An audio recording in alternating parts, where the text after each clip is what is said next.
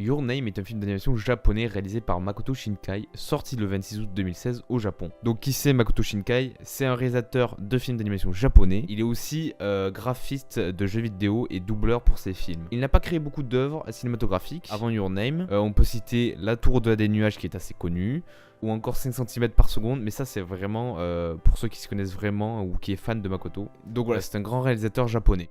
Mitsuha, adolescente coincée dans une famille traditionnelle, rêve de quitter ses montagnes natales pour découvrir la vie trépidante de Tokyo. Elle est loin d'imaginer pouvoir vivre l'aventure urbaine dans la peau de Taki, un jeune lycéen vivant à Tokyo, occupé entre son petit boulot dans un restaurant italien et ses nombreux amis. À travers ses rêves, Mitsuha se voit littéralement propulsée dans la vie du jeune garçon au point qu'elle croit vivre la réalité.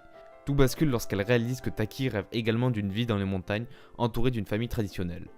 Dans la peau d'une jeune fille, une étrange relation s'installe entre les deux corps qu'ils accaparent mutuellement. Quel mystère se cache derrière ces rêves étranges qui unissent deux destinées que tout oppose et qui ne sont jamais rencontrées. Donc, parlons de Your Name. Donc, graphiquement, c'est une tuerie, je pense qu'on peut le dire. Le plus beau, c'est les paysages de montagne ou de Tokyo qui sont vraiment bien réalisés à la perfection. En termes de qualité visuelle, ça vaut vraiment le coup d'aller le voir pour la qualité visuelle. Propulsé dans son talent graphique tellement c'est génial. Donc, après, on peut parler de la narration qui est, ma foi, assez bien maîtrisée. Quoique quelquefois, on peut se sentir perdu. Donc, petite anecdote, j'avais un ami, moi, qui était dans la salle avec moi.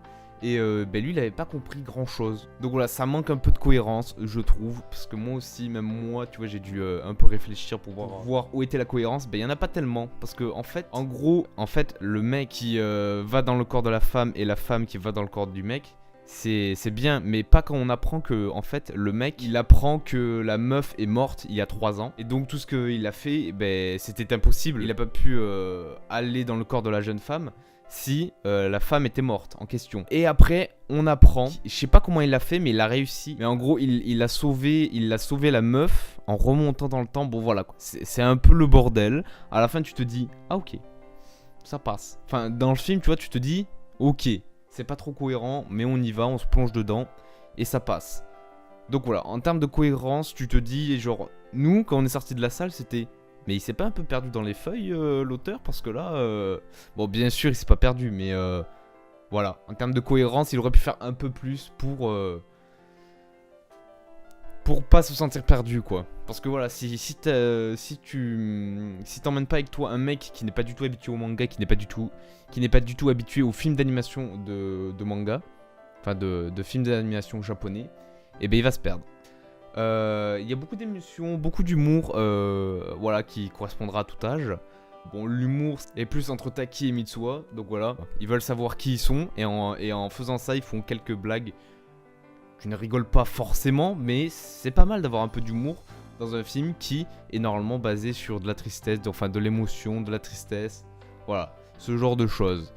C'est vraiment un film qu'il faut aller voir. Moi, je l'ai vu au cinéma parce que la qualité de son et la qualité graphique donne envie d'aller le voir au cinéma, parce que voilà, là-bas vous avez vraiment un grand écran, ça vous permet de bien voir, de bien aimer le film comparé à si vous étiez sur votre canapé en train de regarder parce que vous l'avez téléchargé. Donc voilà, je vous conseille pas trop de le télécharger maintenant qu'il est en téléchargement un peu partout. Je vous conseille quand même d'aller au cinéma si vous avez le temps. Donc voilà, c'est tout pour moi. Voilà, c'était ma première critique que je pourrais améliorer, bien sûr, sur mes prochaines critiques. J'essaierai d'améliorer le contenu et le temps aussi, parce que là c'était pas assez long sur ce genre de choses, même s'il n'y a pas énormément de choses à dire. Donc voilà, on se retrouve pour l'épisode 2, en espérant que ce premier épisode vous a plu, même s'il y a quelques défauts. On se retrouve, ciao.